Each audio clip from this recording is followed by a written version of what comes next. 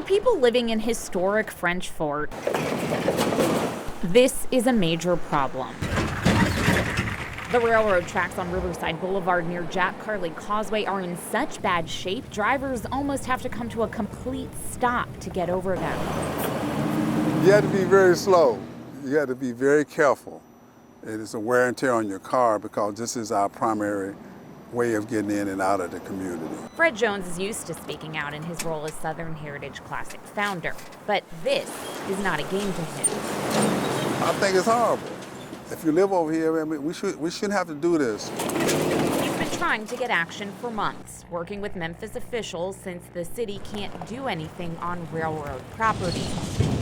You can see here in an email from a Memphis official, they tell neighbors they'll continue to communicate this to the railroad to try to get them to make improvements. The only thing we're asking the railroad to do is to repair the tracks. They thought the railroad was ignoring the city's requests, so Jones called the WREG problem solvers. We reached out to Canadian National Railway ourselves and figured out the city had been contacting the wrong railroad. At this intersection, there are two sets of railroad tracks. This is the set that needed attention, but for months we found out the city had been contacting the owner of these tracks over here. When we contacted the other railroad, BNSF, they responded the next day, saying work is now scheduled to take place next week. They were all talking about their railroad, and unfortunately we were talking to the wrong one. Jones captured this video showing the start of the work. BNSF says they're resurfacing with new asphalt.